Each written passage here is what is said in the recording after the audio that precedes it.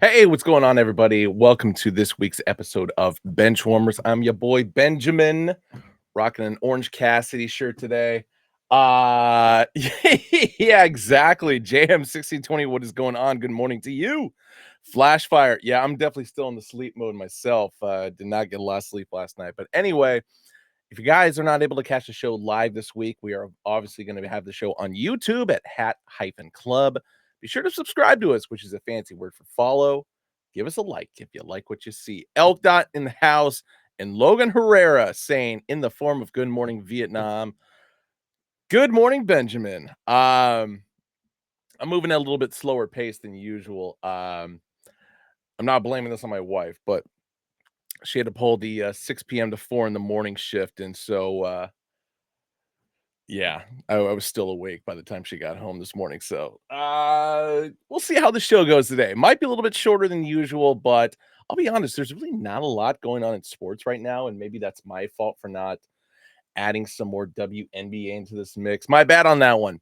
Um, but thank you. I enjoy this hat very much. Haven't worn it in a long time. Of course, it is a Boston Red Sox from the Big Ben's Knockouts collection that came out a few years ago, and so felt like it was very fitting to throw this one on. It's got a B on it for Benchwarmers. But anyway, um, Elk Dot, thank you.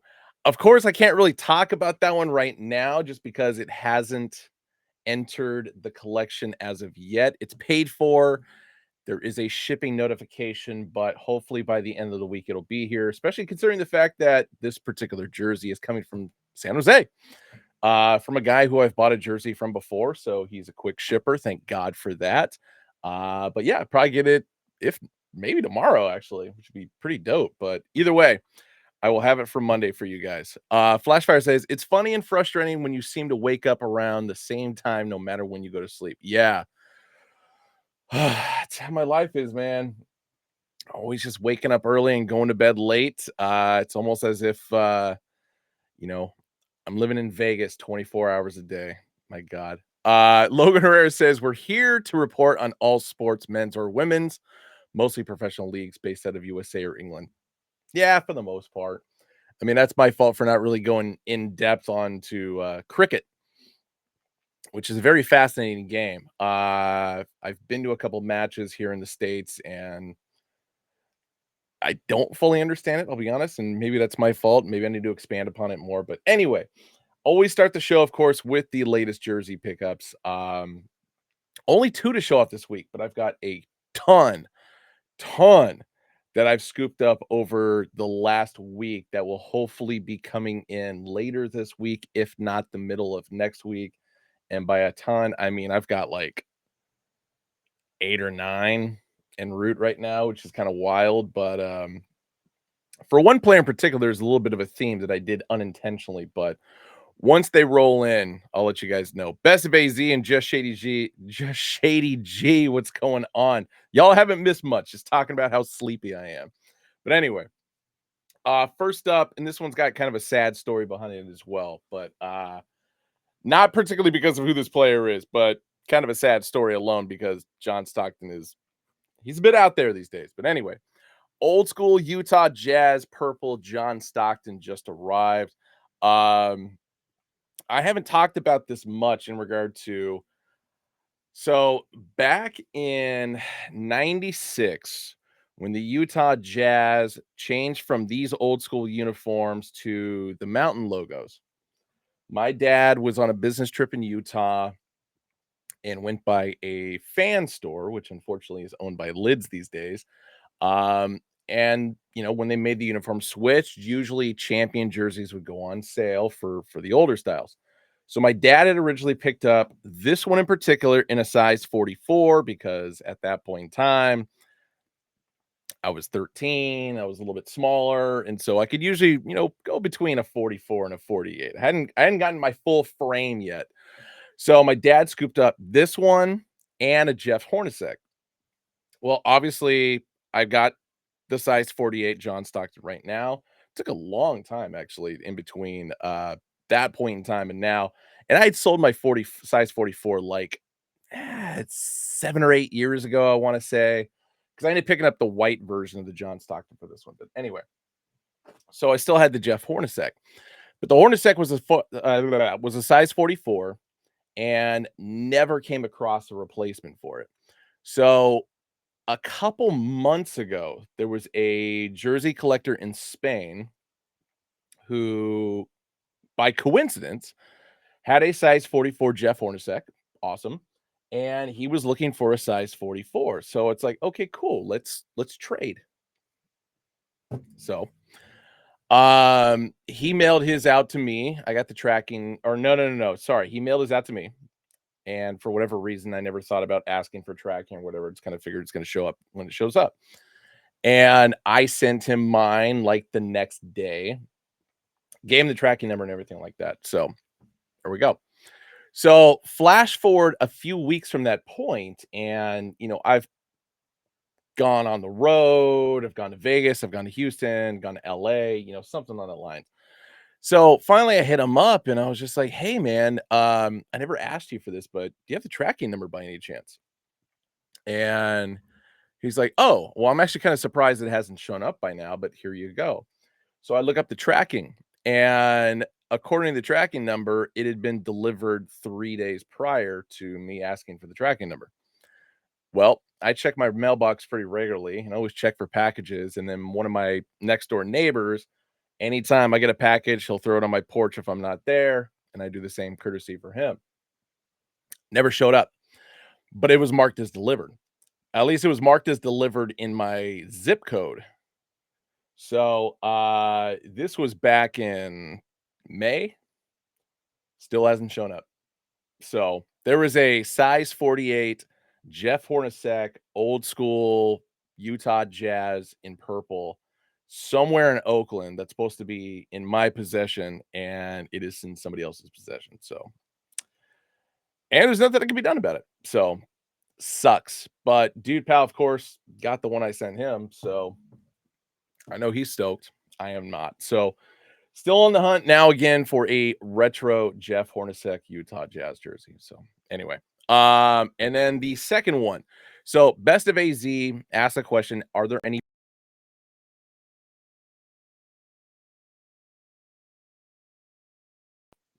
I mean, for the most part, I mean, feed cut up there for a second. So the great thing about champion jerseys is they are insanely hard to fake or make replicas of, or counterfeit, whatever you want to call it. So just because of the lining on the side, the actual material of the mesh jersey, polyester, etc. Like they are hard to duplicate, and which is great because you really don't see that many fakes on the market. I have one.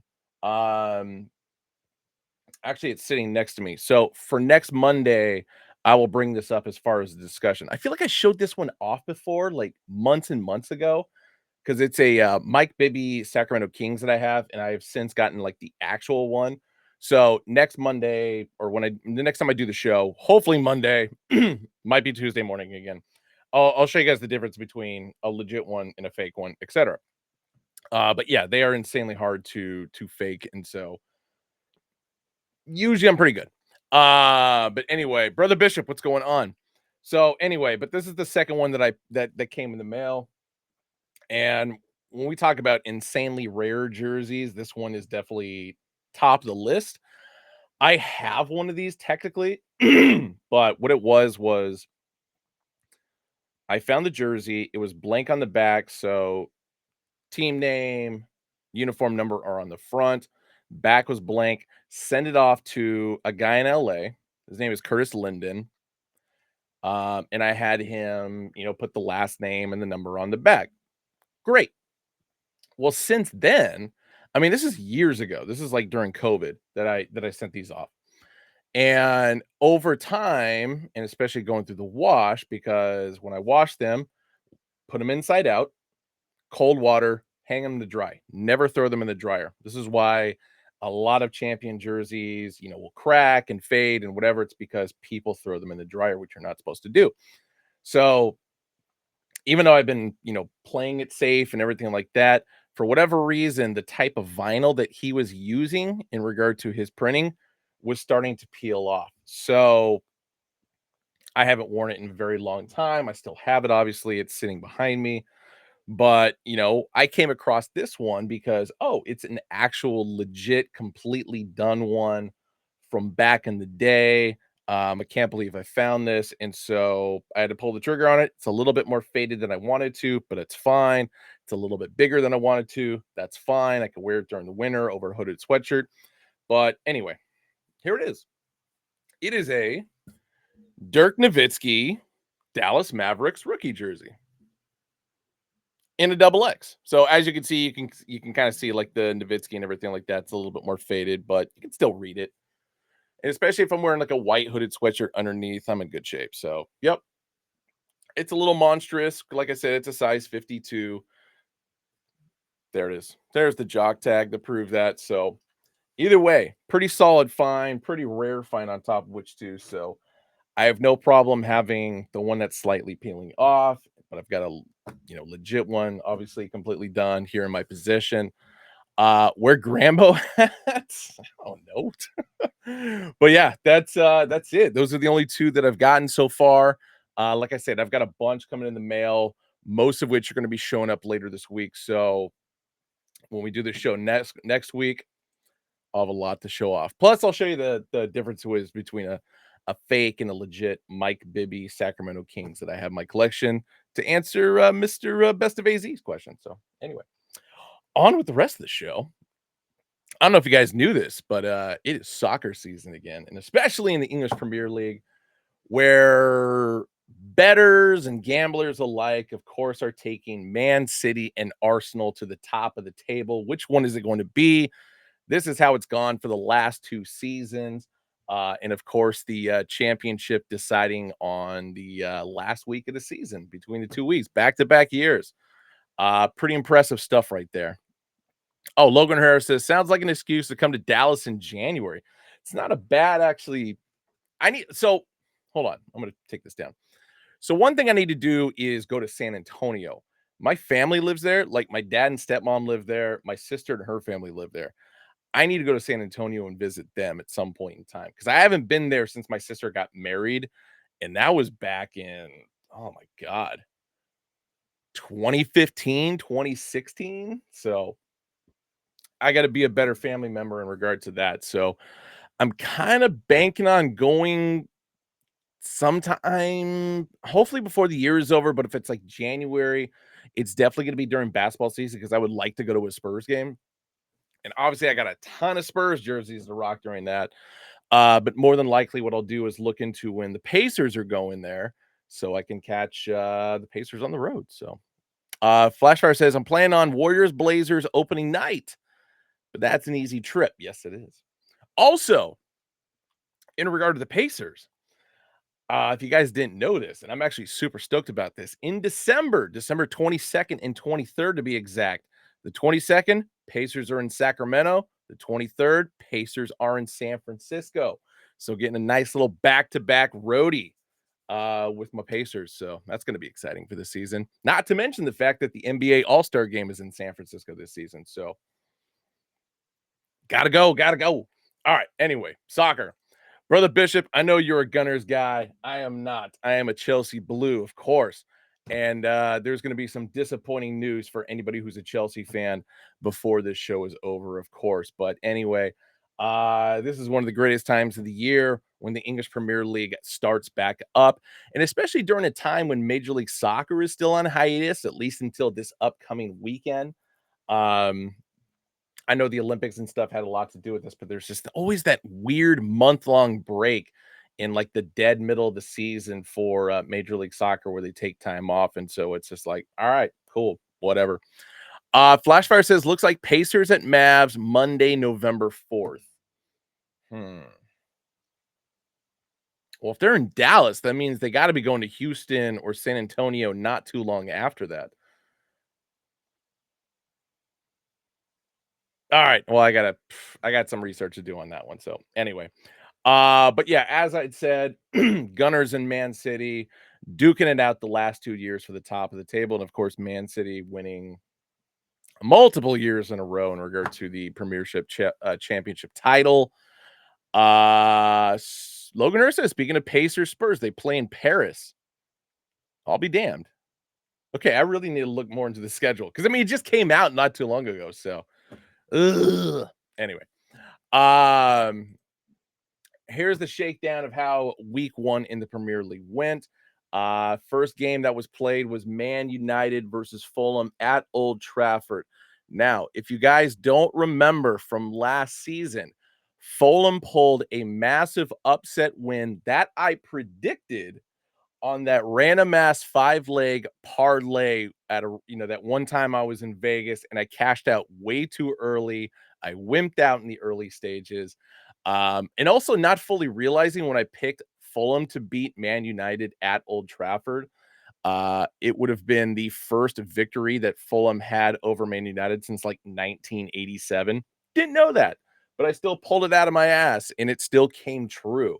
If I had stuck to my guns, I probably would have cashed out with a hell of a lot more money than the 15 bucks that I did.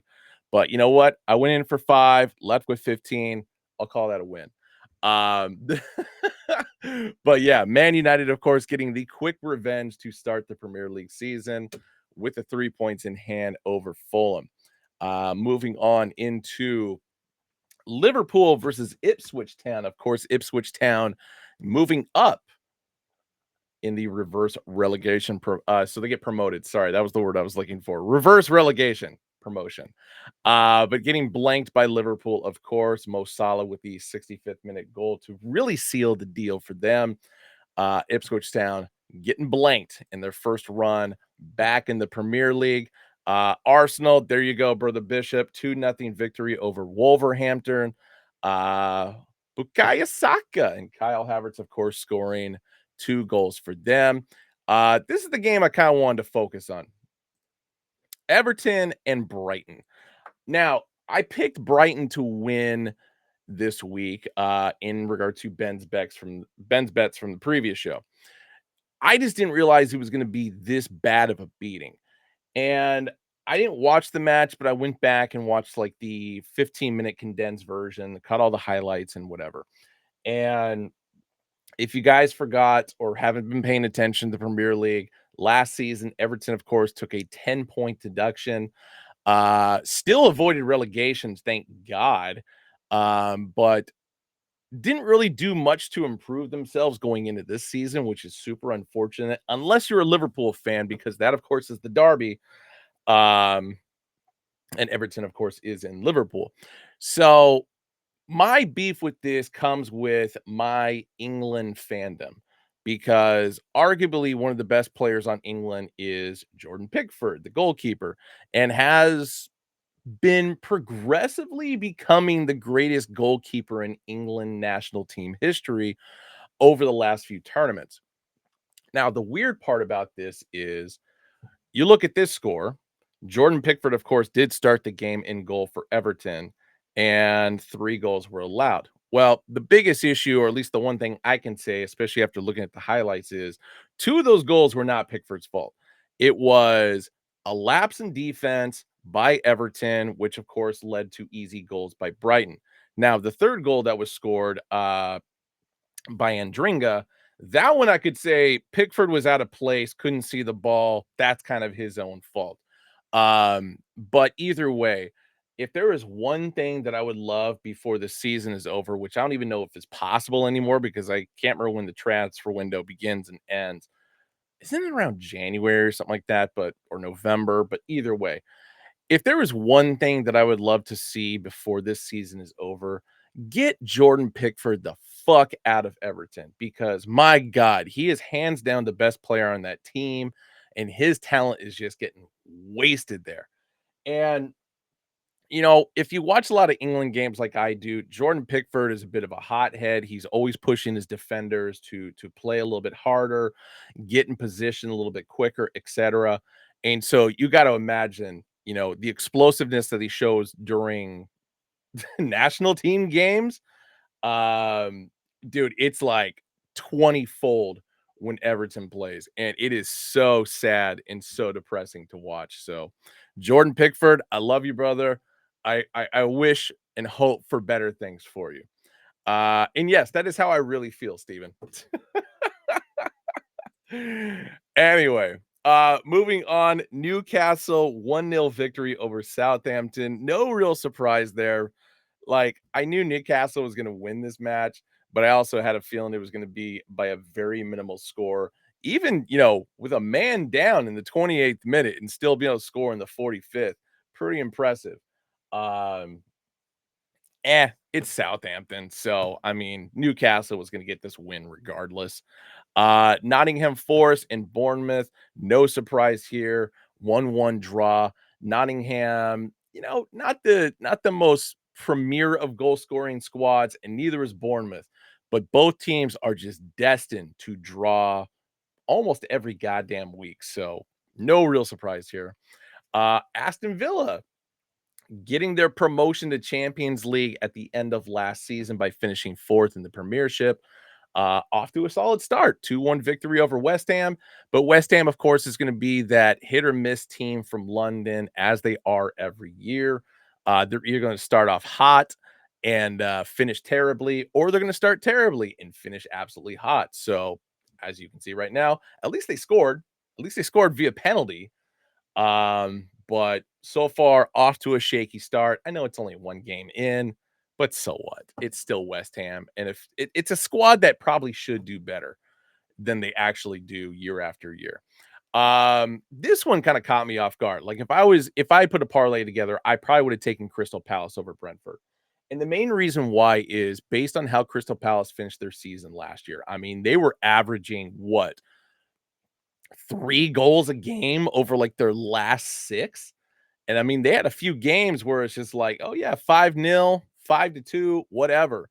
I mean, they were just a very efficient goal scoring squad. And so starting up the season, I mean, I'm not saying Brentford is bad or anything like that. I mean, they're a good middle of the road, top 12 team, but I don't know. I was kind of expecting a little bit more out of Crystal Palace for week one at least, but I don't know. We'll see what the next few games kind of shake out for them. And this, of course, was the worst fucking game of the week. And Steven, I feel like you can agree with me on this one. Okay, hold on. Brother Bishop saying facts. Everton will warm up as a whole mid to late season, but by then, way too late. I totally agree with that. And this is the one part I forgot to mention. When I started following the Premiership, which of course, the actual name of the Premiership was started about the mid 90s. Everton was always just kind of in there, and especially in like the early 2000s, going back to when Tim Howard was goalkeeping for them. Of course, this is post Man United for him. Like Everton at least finished like top 8 consistently, I feel like. And so to fall on hard times in a non Dusty Roads kind of, you know, promo package sense. I mean, this is all just kind of self-inflicted, much like what's going on in Oakland with the A's. Just an ownership group that just does not want to spend the money, but they still want to stay, up in the premiership. And, nonsense like this is why you get tacked for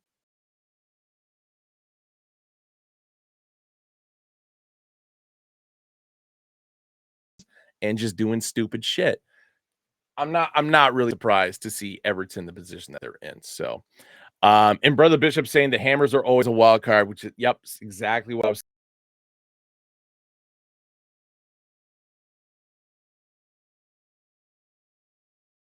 for whatever reason, they're just not. Consistently better, but for whatever reason was not this week. Chelsea.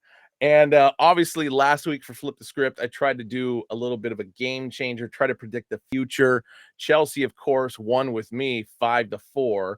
It should have been a much wider margin of victory, but it was not. But Erlich Haaland, the one guy I was like mainly concerned about the entire time I played the FIFA.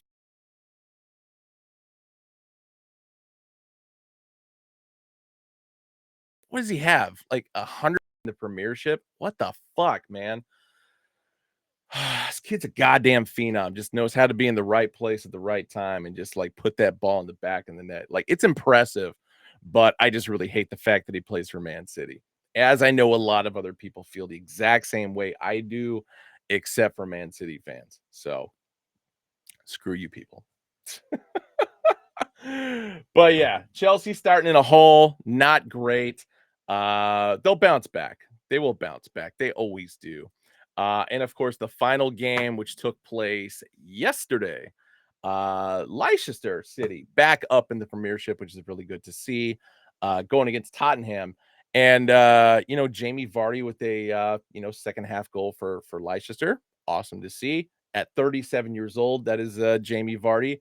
But of course, Tottenham, once again, a team that should be better than they actually are. I mean, they'll still finish in the top six. Like, let's not kid ourselves on that. But Tottenham is always built as a squad that should be a top three team every year. Should not miss Champions League. Um, but occasionally they do. They'll finish like fifth or sixth. And so that's why I feel like Tottenham, yeah, strong contender for top six. They'll get a European championship in some capacity, or at least a tournament out of it, is what I mean. Not an actual championship, but a tournament out of it. Um, but yeah, I don't know. We'll see how the rest of the season goes for them. So, but Southside says Chelsea looked better than the start of last season, which I can totally agree with you on that. I definitely got up early. It was an 8:30 West Coast start, which was a reasonable time to be awake. Not a 5:30 a.m., which those like games I just absolutely loathe. But yeah, just sitting there in absolute silence and crying on the inside because Chelsea cannot take down the top dog first week of the season. That was a bit rough. So Brother Bishop says the Hotspurs fall from grace in the last couple of seasons has been wild. And I totally agree with that. And I'm not going to put all the blame on Harry Kane for dipping out and going to Bundesliga with Bayern Munich, but I'm also going to partially blame a bit of that. So, because when you're losing on average about 30 goals a season from this one guy, from the top goal scorer in English national team history, it's kind of a big deal. So, here we go. And I know he's getting older, but still, at least 30 goals a season, that was a good thing to have, especially when it comes to the table and you got to worry about, you know, goal differential and stuff like that. So, to which case, after week one, Brighton on top, Arsenal at the 2, Liverpool at the 3, Man City at the 4, and of course,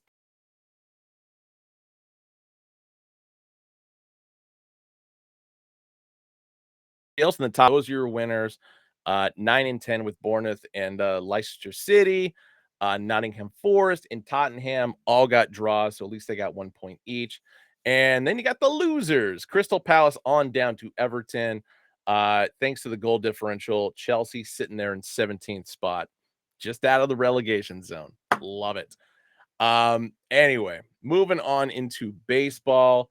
We are closing in on that time. We got about a month and a half left in the season.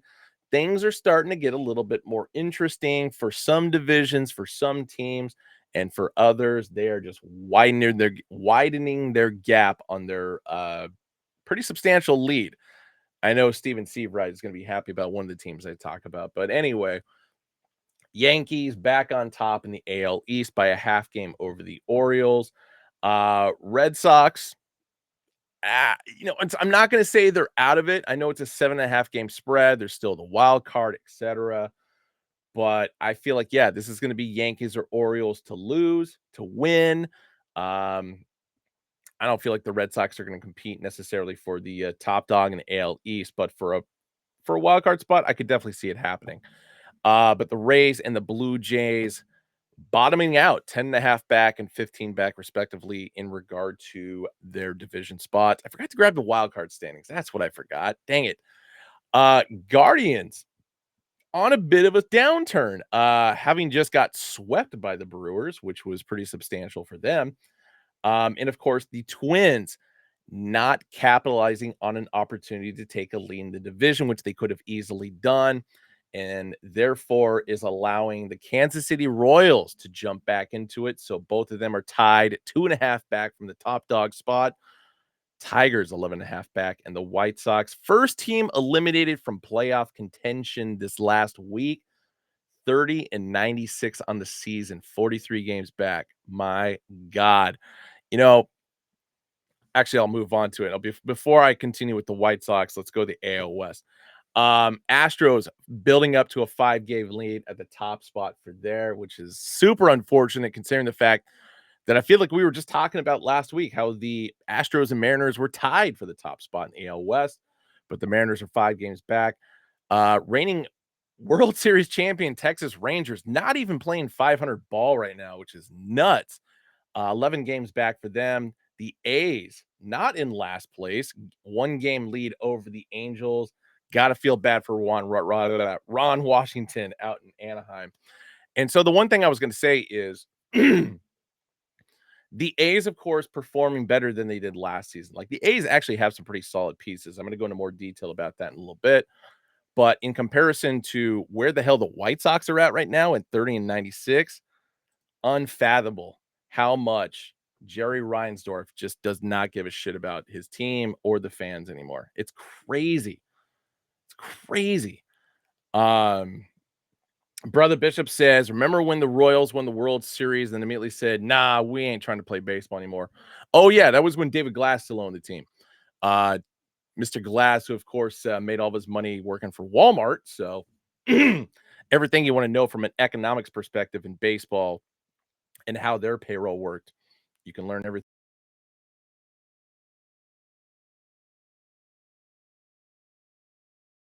But they bought World Series, lost it to the Giants in the with the final out in Game 7 with a runner on third, down 1. I mean, that was a pretty impressive series. I mean, not gonna lie. Just so happened that Madison Bumgarner just played like a goddamn savage in that series. But then, go back the next year against the Mets, win the World Series. So it all worked out. Like all these economic plans and right times to buy in did actually work for the Royals. Like I will give them full credit for that. And then yes, they blew the team up completely after that. But now they're back. So I can't completely dismiss the game plan. And yes, Glass did sell the team. And so working from top to bottom to rebuild and get your own organization going, like I get it. Flashfire says, and the White Sox have had Usher security trying to confiscate negative signs from fans. Yes, they have. Much in the same sense. I'm actually impressed, not impressed, but I'm surprised the A's haven't had more ushers do the exact same thing. And especially over this weekend with the final Battle of the Bay that went on.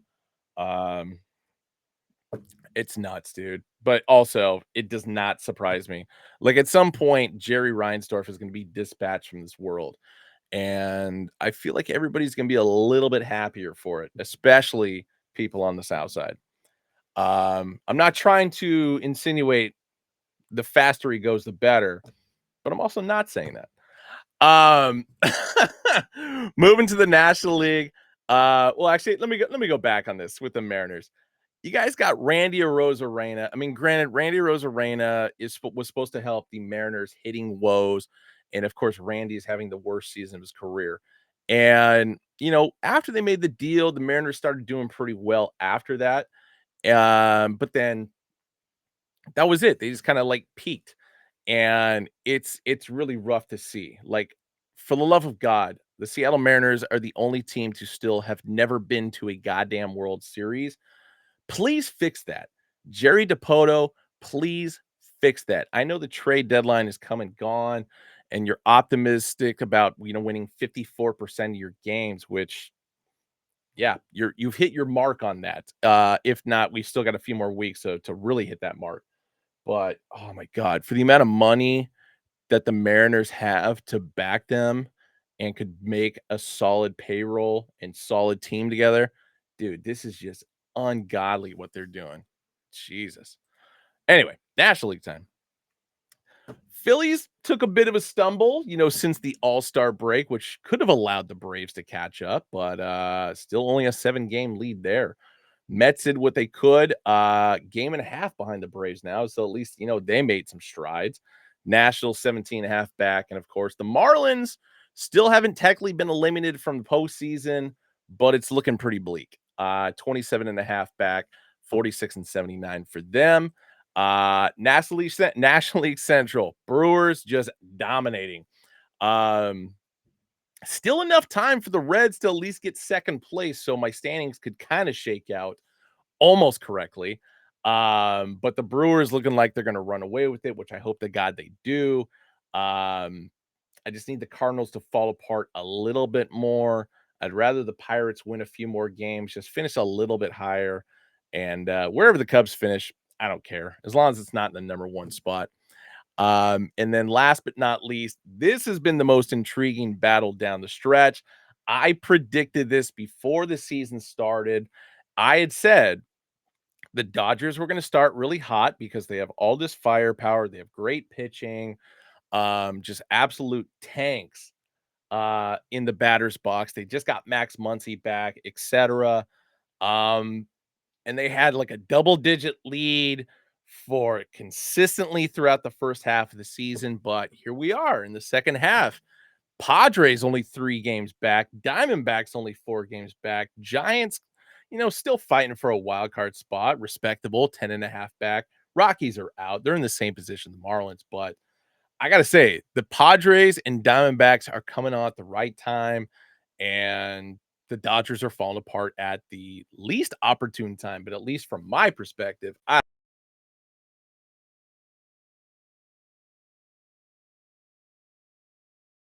said the Padres, the Diamondbacks, and then the Giants and Rockies, of course, finishing out the season at the bottom. Um, it could still happen. I mean, like I said, we got a month and a half left in the season, and because the fact the Padres and Diamondbacks are playing really good baseball right now at the most opportune time. Granted, all 3 teams are 7-3 in their last 10. But dude, cutting the lead a little bit more and more each time. Um, Best of AC says Braves roster falling apart, which they are totally. Logan Rare says Cubs sneak into a second place finish would be nice. I mean, I'm okay with it as long as the Brewers are still winning the division by double digits. That's what I'm more concerned about. I don't want it to turn into a situation like a couple years ago where the Cardinals all of a sudden became the best team in baseball in September and like really cut into that gap that the Brewers had over them. Because I mean, that was like a double digit lead, and I think they got it within like 2 or 3 by the time the season ended. And I mean, granted, Cardinals, can still get a wild card spot, which they might, but then again, maybe they won't. Um, that's where I'm concerned because Brewers, another team on my list that I still need to witness a World Series before I die. Um, Flashfire says, then you have the 3 legit contenders in the West. Yes, dude. I'm actually like really stoked on this and seeing how this pans out. Best of AZ says, Dimeback still missing some big pieces, but watch out when they come back. I totally agree. Snakes alive, baby. And it'd be really nice to see the fans get back in that stadium because even as far as good as they're playing right now, seeing that stadium still a bit empty is a bit off. So, Diamondbacks fans, go support the team. Logan Herrera says regular season Dodgers showing some postseason play right now. Yes, they are. And then Logan follows up with Brewers have the division in a virtual lock. Yeah, see, I don't want to say that because that's the moment. That's the moment they slip up. And it's like, I don't want to see that. And Flashfire says, notice how the Padres seem to be a bit better after getting rid of Bob Melvin. I'm actually kind of surprised in that. I really thought Bob Melvin was going to like really do a number for the Padres, and I'm flabbergasted. And especially him jumping to the Giants and just seeing how poorly they're doing. I don't know, man. I had a lot better praise for Bob Melvin, of course, when he was with the A's. and what he was able to do in 2012, 13, 14, hell, even 2000, or sorry, 2020. Um, I don't know, man. I don't know what's going on here. I wish better for him. Love the guy. Really nice guy. And the players seem to dig him, but it's just like there are moments where it's just like I don't feel like he understands fully what's going on with the roster or how to manage bullpen. So very strange. And Flashfire says, and the Giants fans are hating Melvin. Seems like a guy who sometimes get a little extra out of players, but still missing something. Totally agree. Still a better person to have managing your team than the previous option. So wherever he's at. But anyway, I said I want to talk more about the A's, and this is it. So I went to the game last.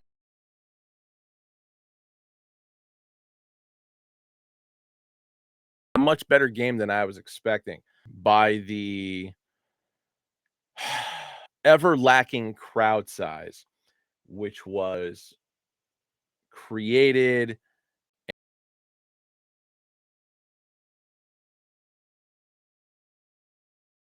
who clearly just does not give a shit about being in Oakland anymore. It's depressing to see, and that's why I haven't been at games at all this season. Really, this was my second game of the year, and I went to a couple Oakland Ballers games actually, and I meant to post photos of those. And I mean, the crowd size for an independent league team, I went there on a Tuesday. They drew 2,500 fans. I went there on Friday.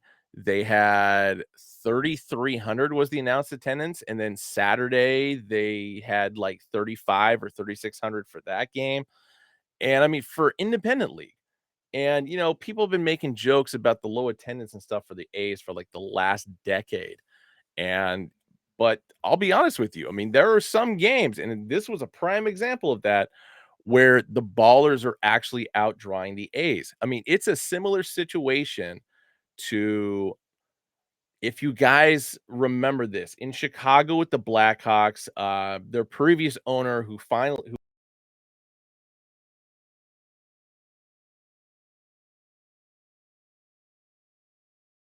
Chicago because he had the mentality of you should and you want to support the Blackhawks, you should go to the game. You shouldn't watch it on TV.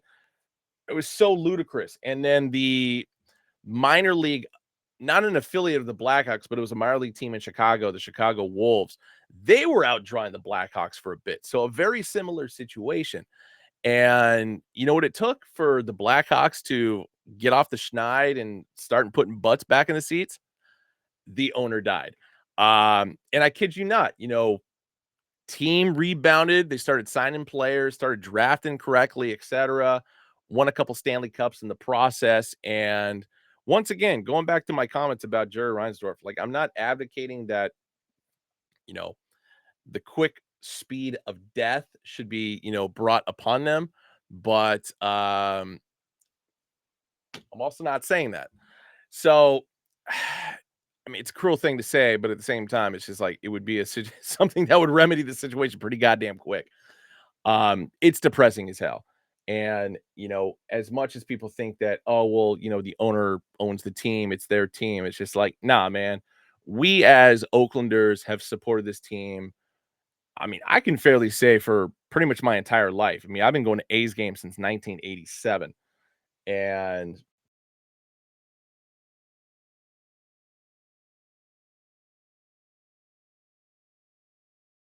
just for whatever reason, I always dug. But I lost that after the 2004 season when they moved to DC and became the Nationals. So I really went full time with the A's a bit more. Like really dedicated full time. I mean, got a goddamn bow tie tattoo with the entire team history um, underneath my collarbone here. But going through the situation once again, and especially for the city that I live in, it's tough, and it's tough for a lot of people here. And all we want is the team to stay. And we want an ownership group that is willing to, spend and dedicate themselves to the area and dedicate themselves to winning a championship. And Flashfire coming in saying first game for me or first game for him was 1986. So yeah, we were both there. in the old school bleachers, back when the Oakland Coliseum was, like, one of the most beautiful places to watch a baseball game.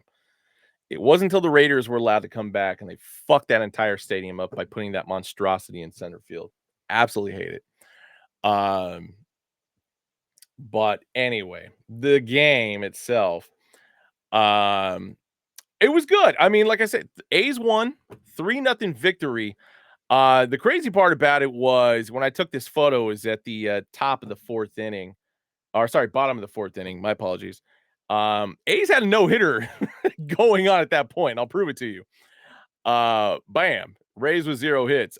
Boyle for the A's had a hell of an outing for himself yesterday. The only problem was he kept getting into too many 2-2 and 3-2 counts, and he burned his arm out a little bit too quickly because, I mean, he was at 100 pitches by the time they took him out, and that was after the 5th inning. So we got the win. That was nice.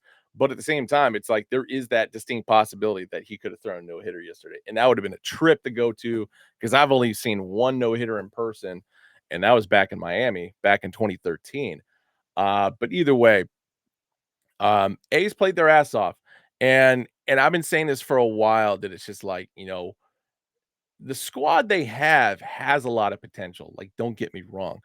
Rooker, Blade had a 2-run home run yesterday. Mason Miller, of course, got the save yesterday. Pitching is coming around. Bats are kind of coming around. Zach Geloff had a bit of a sophomore slump, but now he's hitting over 200 after yesterday. He went 2 for 3, which is great. Brent Rooker should have been an all-star game. Should have been on the all-star team. I feel like we talked about that earlier. But yeah, dude, 3-0 victory. Solid victory for the A's and solid finish. But the biggest thing for me was I got to go to the game with my friend Travis. And for any of you baseball aficionados or anybody who followed the A's, and especially the 2012 team, which is hands down the greatest team that I ever witnessed. And I mean, granted, I went to games in 89, 88, and 90. And of course, the A's won the World Series in 89. And you could arguably say that that was the greatest A's team ever assembled.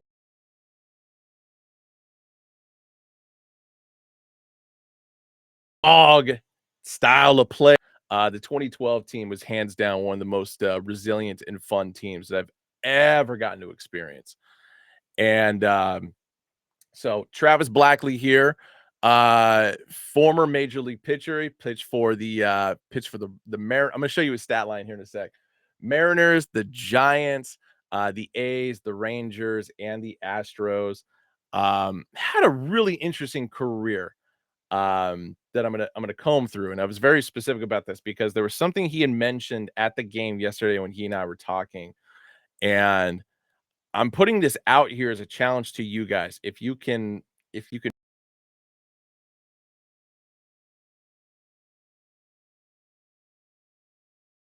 free hat involved with this, I will buy you guys figure this answer out because for whatever reason when I was looking this stuff up, I could not find the answer. I'm usually pretty good about this. Yeah, I'm gonna have to start that part over. Don't worry. But anyway, this was the first time that he and I had ever been to a game together. And I mean, this goes back to like all the times I saw him pitch. Um, I brought him Voodoo Donuts down from Portland back in 2012 before his last start of the regular season, which was against the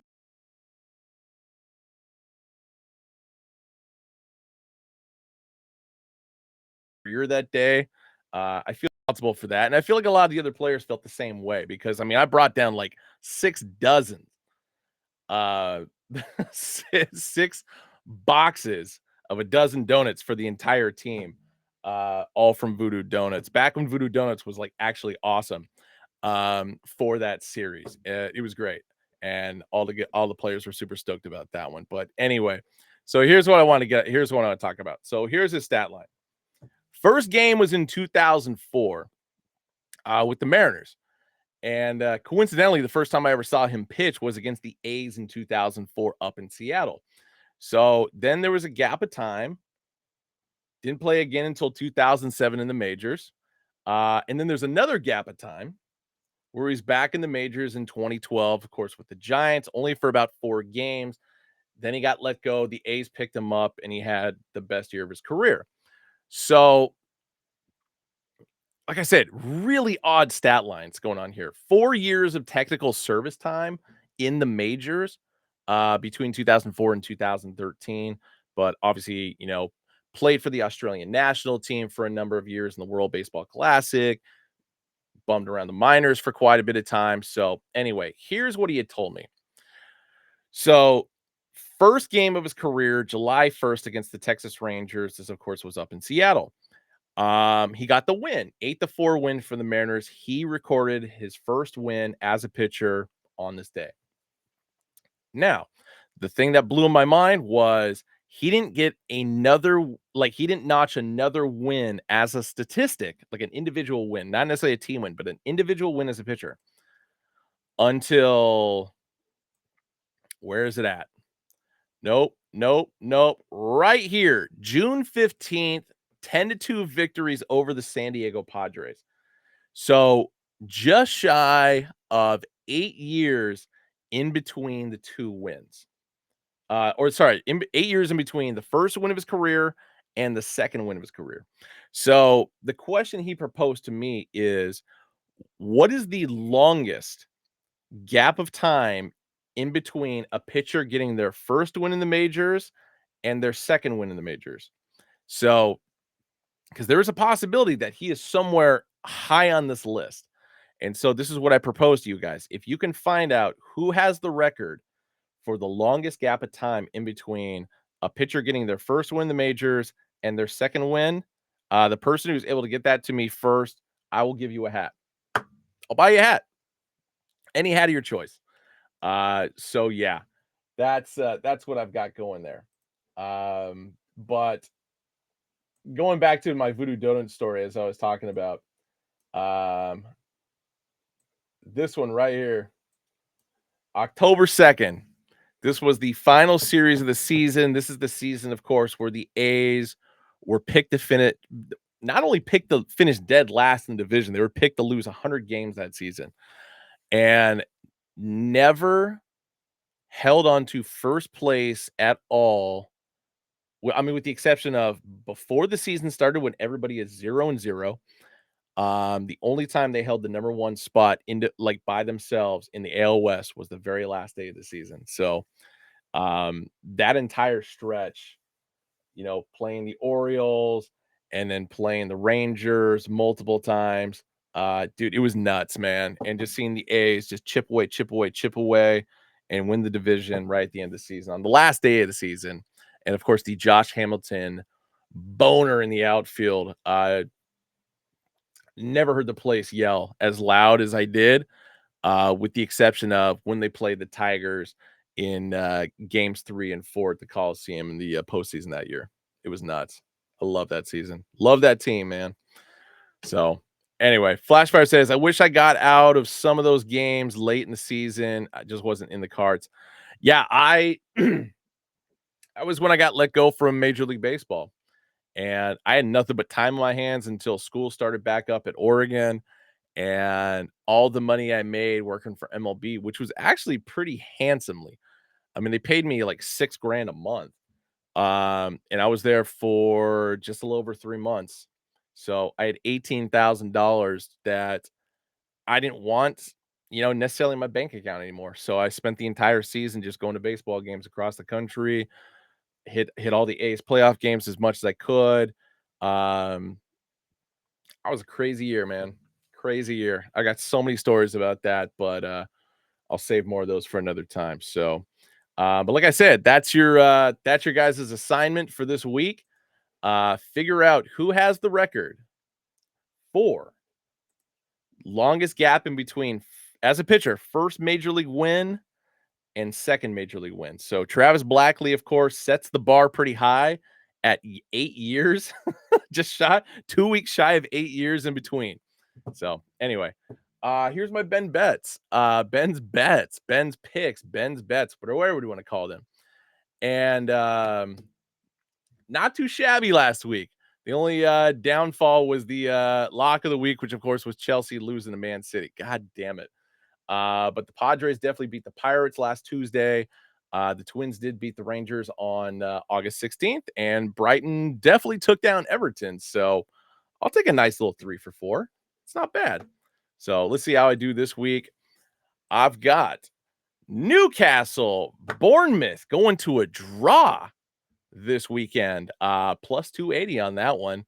And then my parlay of the week, I'm taking an easy one on this one. So New York Liberty versus the Dallas Wings, which I believe is tonight. The Liberty, of course, are favored, so they're minus 1,200. Take the win. I've got Guardians over the Yankees 2 days from now, so that's going to be on Thursday. And with the MLS season kicking back into gear this weekend, I've got the Portland Timbers over St. Louis City SC. So hopefully there's some winners in there. Southside Steven Seabright says, is it Paul Schreiber? Now, okay, this did come up because I did look it up, and maybe I did have the answer the whole time, but I forgot to do like a deep dive on the Paul Schreiber and his stats, and let alone what position he played, because I just kind of took it as, oh, he played, infield, outfield, whatever. And of course, this was what, 1912, and he had like a 21-year gap in between when he played.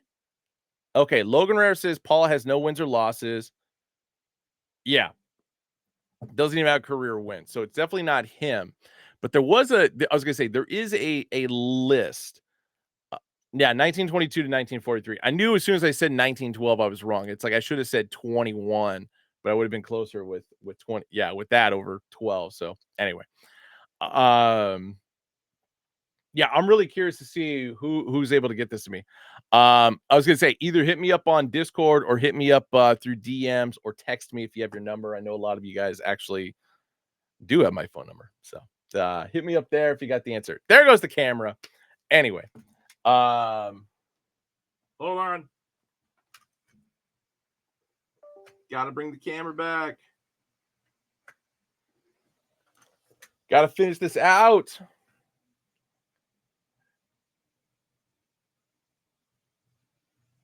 There we go. Yeah, and especially for a lot of these guys that had just like massive gaps of time in between. Like yeah, like Paul Schreiber, 22 years in between one game played and then the next time he played in the majors, which is nuts. I mean, yeah, World War I took place, so you could blame it on that. Um, I mean, I'm not hating on people going to war. Ted Williams, war hero, baby. Um, Hall of Famer for many reasons.